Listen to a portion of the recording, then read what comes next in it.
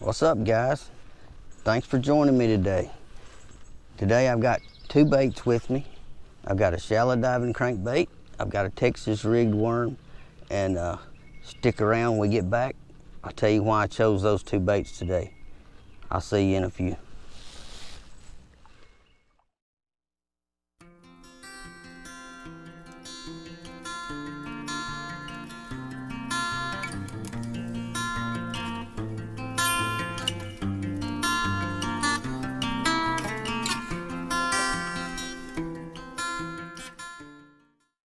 All right, guys, I'm so appreciative of you being here with me today on the water. Thanks for tuning in. If this is your first time to my channel, please hit that subscribe button so you'll be part of the Simply Fishing family. Hit the notification bell so you'll know when we put up a new video. What I want to talk about this morning is I've been asked a couple of questions about as a beginner, and I've had these posed in the last week or so. What do I need to fish with? Don't know what to fish, need to learn to use a bait caster, all this kind of stuff. So this is going to kind of help with both of those. Last week, if you happen to catch my video, I was pond fishing. I'm going to show you the bait I was using. Pretty little bait, made by Easy Lures out of Louisiana. Big shout out to Randy for making me some wonderful baits. And these are a medium, shallow to medium dive crankbait. They resemble a bluegill, which is an excellent type bait for spring. Whether we get a bite today or not, it doesn't really matter. We're out here to just kind of help out some of the new guys. And if you want to learn to cast a bait caster, this bait's got a little bit of weight to it to where you should be able to cast and practice. It's a bait you'll make a lot of casts with. You'll cover a lot of water, and it's a great bait for spring on into the summer when bass are still shallow. Here in Alabama, we're almost into May. They should be done with their spawning. There's some years that they're not because of weather or whatever, but most likely they're done now. But there you're gonna have a lot of them still shallow. This shallow running crankbait is an excellent bait. The little male bass garden fry will run out and grab it if you get it near them. And like I said, you will be able to cover water, make a lot of casts, getting used to your bait caster. If you're new to casting one, you know, everything's not, I take it for granted. I've just done it for so many years, but I realize, you know, as I talk to people, there's new people learning to fish every single day, and a bait like this will let you practice, make a lot of casts, and at the same time have a chance to get some good fish in the boat or from the bank, whichever you choose. And I'm fixing to show you the second bait I'm gonna throw today. I'll go ahead and get it out of the rod holder. This is a tried and true, one of the first bass baits ever used. Your Texas rigged plastic worm. Now, I don't have my regular bullet weight with me today. I've got a little barrel weight, which is not what I usually use, but I really don't think the bass care. The only problem is this won't come through cover. This little barrel weight won't come through cover quite as effectively as a little bullet weight. But a Texas rig worm thrown up against the weeds, logs fell down in the water, rock piles, that will allow, once you learn to work the Texas rig worm, bumping it in and around those structures, that opens up more avenues for fishing a worm. There's a lot of techniques you can use fishing a worm. Now, some of you may not want to try throwing a worm on a bait caster, if you're new to it just yet, you may want to consider a spinning reel, spinning rod outfit. Comes off the spool easier till you get a little confidence with your bait caster with the little heavier baits. Learn to adjust your reels. There's a lot of videos on adjusting reels and so forth and so on. I won't get into all that today, but what you'll want to do is you want your lure to slowly, and I got mine a little tight this morning on this bait. You want your lure to slowly pull down by itself. That's it in a nutshell. I usually run mine a lot looser than that, but that's just a general rule of thumb. And why I like this crankbait also, if you're a kayak fisherman, if you're in a boat, unless you're anchored, the wind gets you out of shape, you're moving around. With a plastic worm right now, the wind's had me blowing around. So this crankbait allows me to cover more of the water that I'm actually looking to target and not being blown around by the wind. I can still get to it, get my cast in fairly quickly, covering that water, and make another cast. Whereas if I'm fishing a plastic worm, it takes a lot longer to work that worm in, unless you're swimming it in, which I don't use the plastic worm that way very much. Doesn't mean it's not a good technique, but when I'm gonna swim something, I'm gonna either use a swim bait or a little crankbait like this. But the plastic worm is great for working points, individual pieces of structure, rock piles, humps on the bottom, and you know, if you are anchored out, learn that plastic worm, learn how to rig Texas rig, work specific targets with it, use your fast moving baits or faster moving baits, and the shallower running crankbaits right now will keep you, as a beginner, keep you out of a lot of snags, and you will still be in the fish strike zone, which is key. You can't catch a fish if you're not where the fish are. So keep that in mind.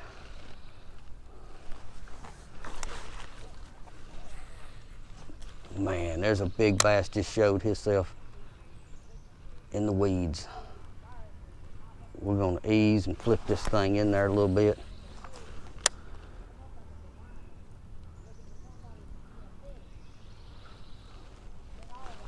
Let's see if we can get him.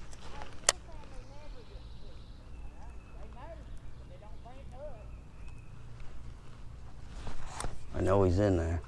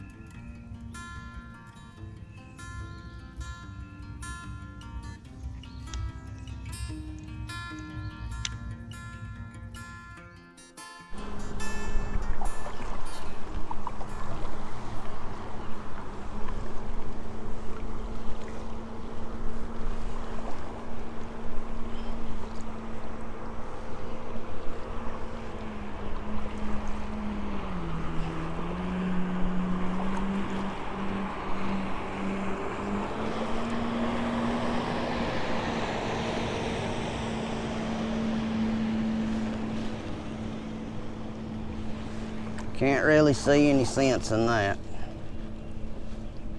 on Lake George.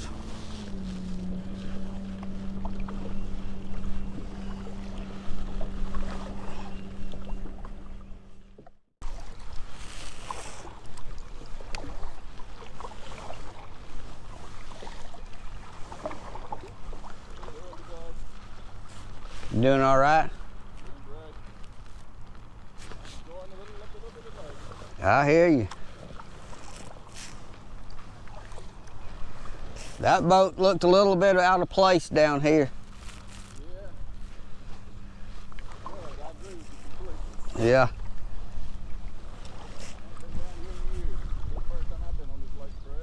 I hadn't been here about 2 or 3 years.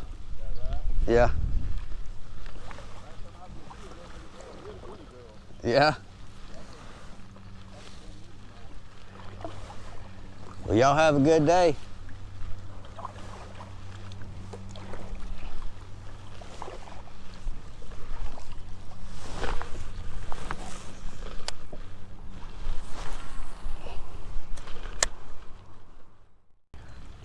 Well, guys, it's been an interesting morning. I've dodged a lot of boats, some big boats. It's made some big waves. I'll try to get that up for you and show you.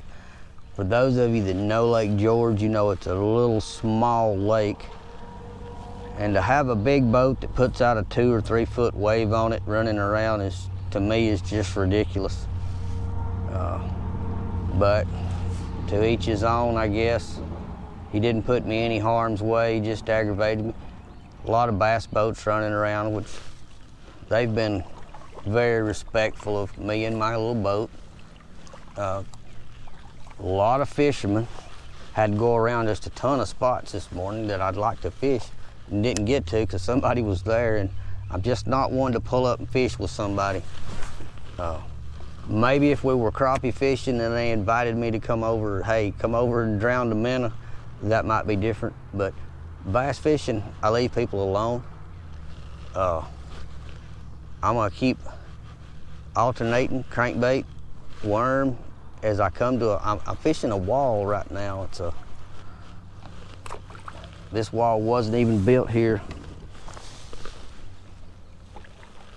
Here comes the big wave boat back, or at least one of them behind me. Maybe they won't come over here and bother me. Get a few casts in while they do whatever they're doing. I think it's crazy. If I had a $60,000 or $70,000 boat, I'd want to take it up to Gunnersville and run it, I think. But I'm gonna work this wall with my plastic worm for a little while longer and go down it and see if I can't scrounge me up a bite or two. I've had a couple of maybe bites, but like I said, it's just been more frustrating than it has been productive. But hey, that's just that's part of fishing. But back to what we were doing. Oh, I got me a rock, I believe. I did. Let's see if it'll come off. Nope, I'm gonna have to paddle out around it. But what I've been doing is the same as when I started, alternating between a plastic worm and a crankbait, staying shallow. Like I said before when I started, this is the whole idea, is to show beginners these are baits. Well, I threw right in some of that riprap they put in here.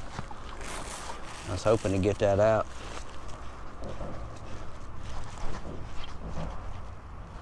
Pull myself around to it. But the plastic worm is a bait. When you learn to throw it, you get that cast down just right. Then you can go on and fish the wacky style rig worm. You can fish a Carolina rig worm, which will be a little easier because it's usually got a heavier, a heavier weight.